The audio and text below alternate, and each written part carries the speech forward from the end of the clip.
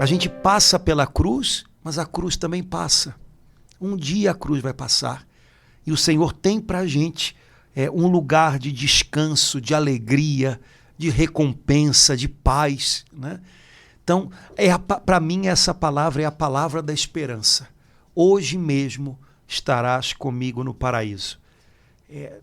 Eu sei que está doendo, eu sei que você está sofrendo. Vai passar. E quando tudo passar, você vai ver que nós vamos continuar juntos. Estamos juntos e vamos continuar juntos. Quem sabe hoje Jesus gostaria de dizer isso para alguns irmãos que estão doentes numa cama, que estão passando por uma depressão, que estão no desemprego, que estão passando por um momento de perseguição, de incompreensão. Essa cruz vai passar. Eu estou nessa cruz com você e um dia você vai ver que todo o tempo, até o fim, nós estivemos juntos.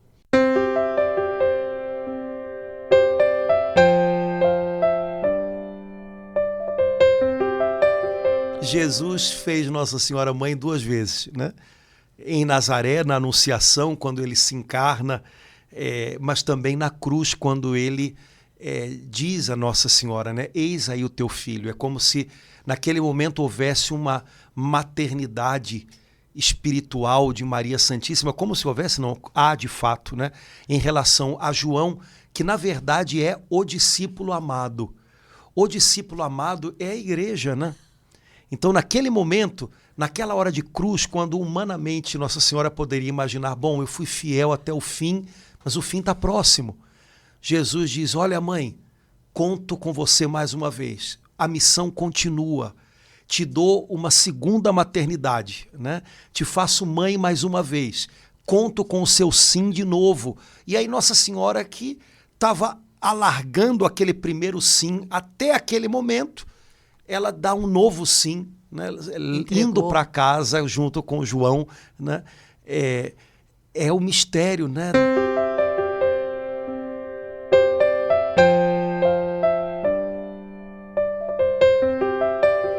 É tanta alegria que a gente precisa de 8 dias para celebrar, na verdade 50, né? Mas essa semana toda ela, a igreja diz que é como se fosse um grande domingo para que a gente celebre essa certeza. O túmulo ficou vazio para o nosso coração ficar cheio. Jesus Cristo está vivo e ele habita pela fé naqueles que confiam nele. A Sagrada Escritura diz, Cristo Jesus vive em vós, habita em vós pela fé. Então, se você, meu irmão querido, minha irmã, se você crê em Jesus, você é residência de Jesus nessa terra. Aleluia! O endereço de Jesus aqui na terra é o seu coração. É aí que a gente encontra Jesus. E vamos nós, com ele a gente vai. Vamos em frente.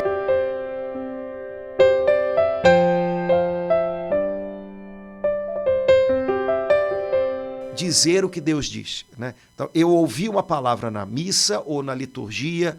Esse é o dia que o Senhor fez para nós, alegremos-nos e nele exultemos. Então eu vou passar esse dia dizendo isso para mim, né? Eu declaro para a minha vida que esse é o dia que o Senhor fez para... Eu posso fazer isso silenciosamente, eu posso fazer isso também com os lábios, mas é preciso que eu declare, eu tome posse daquela palavra. Então não é só uma palavra que eu ouvi de manhã na missa, é uma palavra que eu vou repetindo ao longo do dia, né? E eu não aceito que essa palavra volte atrás diante de uma circunstância. Porque Deus não volta atrás com a palavra dele. Então essa palavra vai me fazer avançar nas circunstâncias. Então, apesar disso, esse é o dia que o Senhor fez para mim. Primeiro lugar onde ela cria algo novo é dentro, a primeira pessoa transformada pela minha oração sou eu. E essa transformação é imediata. Não necessariamente não tem a ver com sentimento, mas tem a ver com fé. Eu creio que quando eu oro, eu coloco nas mãos de Deus algo no qual eu estava me debatendo. Ponto. Eu creio nisso. Eu não vou voltar atrás nessa minha confiança, nessa minha fé. E a partir daqui eu vou construindo algo. Senão a impressão que a gente tem é que cada vez que a gente está rezando, a gente está começando do zero de novo. Sabe? Dá uma sensação de que eu nunca vivi nada, não estou construindo nada com Deus. Estou começando do zero agora. Peraí, rapaz. Você está vivendo algo com Deus, você está construindo algo com Deus. Seja capaz de ver isso, de agradecer por isso, de perceber que tem um caminho que ele está fazendo com você, né? Então, a gente poderia ter uma postura mais ativa na nossa vida de oração. Eu acho que em alguns momentos, principalmente em momentos em que o combate faz parte da oração, isso seria muito interessante. Muitas vezes a nossa oração é muito banana, né? Ai, Senhor... Não é isso, cara. Eu garanto que não é isso, né? Então, quem sabe mudar um pouquinho isso, né? Arriscar fazer diferente, né?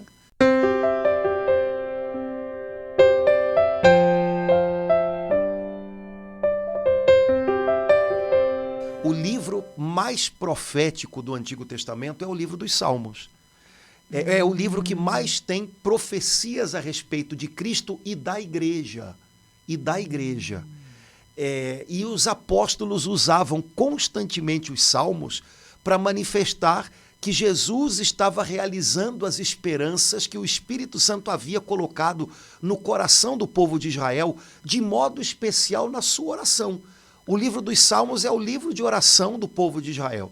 Então, nessas orações, o Espírito Santo, que foi quem o inspirou, colocou no livro de Salmos as mais tremendas profecias a respeito do Messias e do povo do Messias, que agora não é apenas o Israel segundo a carne, mas todos aqueles que, crendo em Jesus, recebem as bênçãos que foram prometidas a Abraão.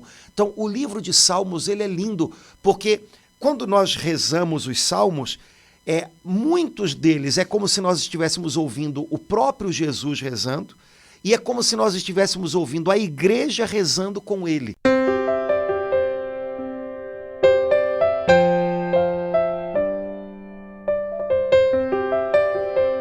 Ser como Maria é o chamado de Deus para todos, né, os que creem em Jesus, né? Gerar Jesus e dar Jesus ao mundo.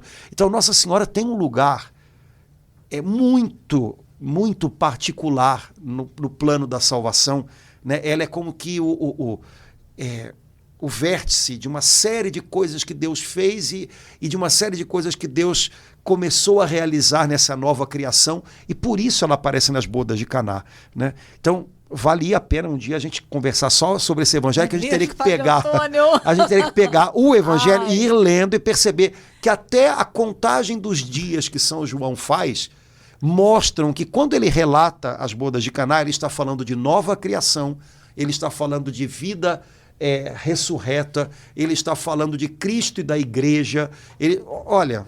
Ele está falando de Cristo e a igreja e o Espírito Santo, ele está falando de nova aliança, e Nossa Senhora está ali no meio de tudo isso. Então, é mais do que um milagre feito a pedido dela. É um milagre que é o retrato da ordem de Deus na história da salvação. Sabe? É o retrato da família de Deus nessa nova aliança. E nesse retrato de família, Nossa Senhora ocupa um lugar no qual ela nunca foi apagada, né?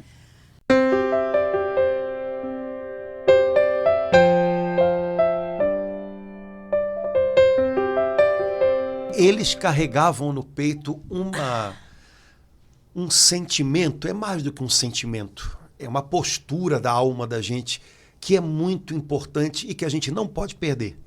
Eu vou chamar com o nome de expectativa. Lembrando que expectativas humanas, elas às vezes ficam muito aquém do que Deus tem para nós, né? E às vezes não passam de tolices nossa, né? Mas expectativa por algo que é promessa de Deus é algo que a gente não pode perder nunca.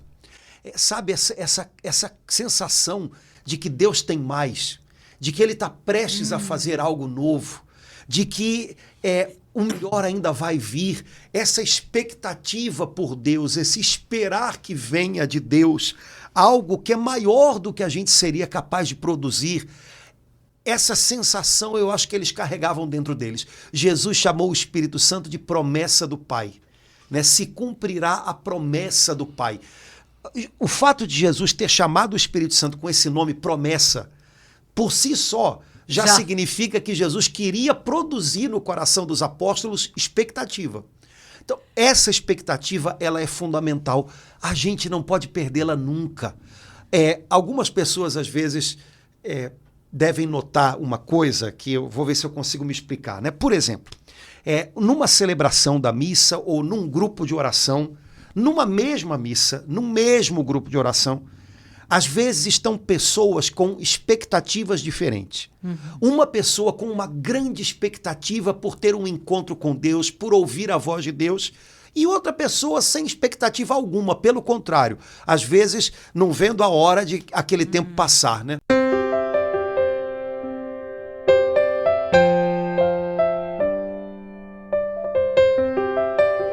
O tempo da Páscoa é um caminho do sepulcro vazio em direção ao cenáculo vazio, porque no dia de Pentecostes os apóstolos saíram finalmente daquele lugar onde eles estavam com portas e janelas fechadas para conquistar o mundo para Jesus, para encher o mundo com a palavra de Jesus. Então, estamos em pleno tempo de preparação para Pentecostes, que é o transbordar da Páscoa, né? O alvo final da Páscoa é Pentecostes, e assim também que Deus tem para a nossa vida, né? O alvo é nos encher do seu Espírito Santo para que a gente possa sair da gente e possa espalhar o evangelho, o amor de Jesus para as pessoas que estão ao nosso redor, que Deus coloca no caminho da gente, né?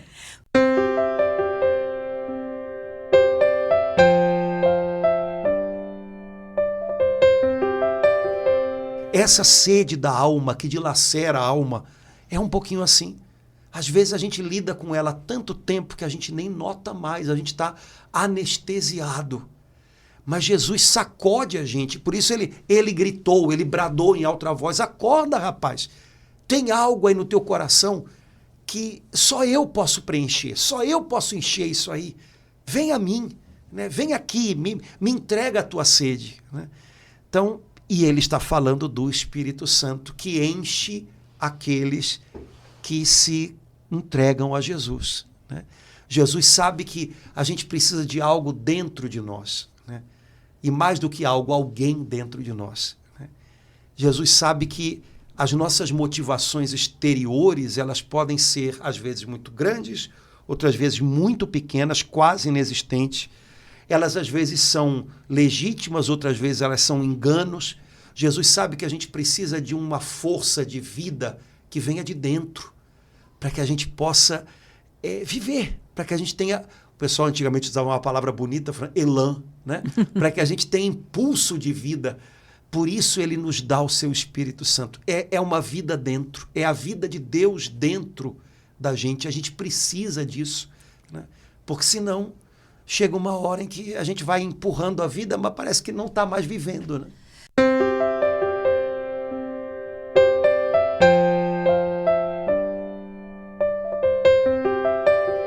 Quando a gente recebe o Cristo imolado e ressuscitado na Eucaristia, presença real, o mesmo Jesus. Quando a gente recebe o Cristo, que na cruz, no sim da cruz, no sim até o fim ao Pai, no sim consumado na cruz, transformou a sua vida inteira num perfeito sacrifício de louvor. Quando a gente o recebe, a gente é transformado naquilo que a gente recebe. Portanto, a gente nele é transformado também num louvor agradável ao Pai, né? A nossa vida é, de alguma maneira, mergulhada na vida dele, né? Todo mundo sabe que na preparação do altar para a missa, né? No momento do ofertório, o padre coloca uma gotinha de água dentro do cálice com o vinho que vai ser consagrado, né? De alguma maneira, essa gotinha de água representa a vida da gente, né? Que se perde, né, no sacrifício perfeito de Jesus. Se unindo a ele, a gente se perde nele. Ele absorve, né? Assim como o vinho absorve aquela água, né? O Cristo absorve a nossa vida, nossas alegrias, nossas dores, tudo. E aí ele apresenta tudo ao Pai.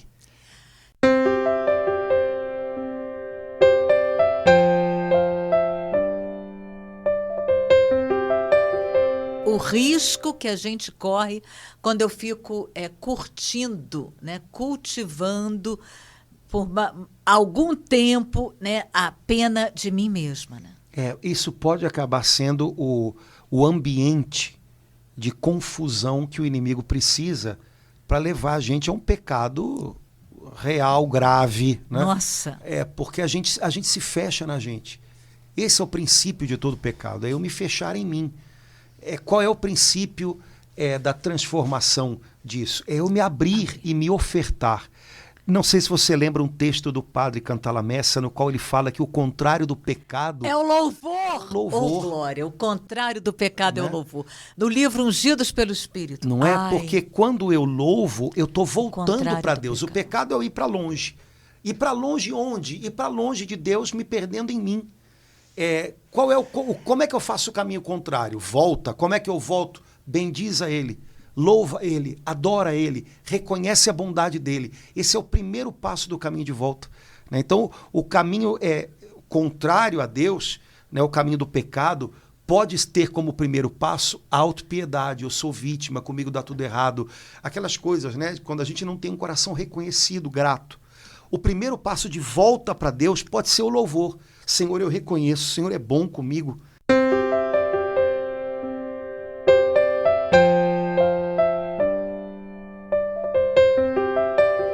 Eclesiástico 6, 14 a 17. O lindo é que se a gente fizer essa leitura com esses óculos, Pois né? é. Lembrando que o amigo fiel, né? O amigo fiel perfeito é sempre Jesus. Olha que beleza. Um amigo fiel, que é Jesus, é uma poderosa proteção. Quem o achou, descobriu um tesouro. Nada é comparável a esse amigo fiel que é Jesus. Nada é comparável. Um amigo fiel, Jesus, é um remédio de vida e imortalidade.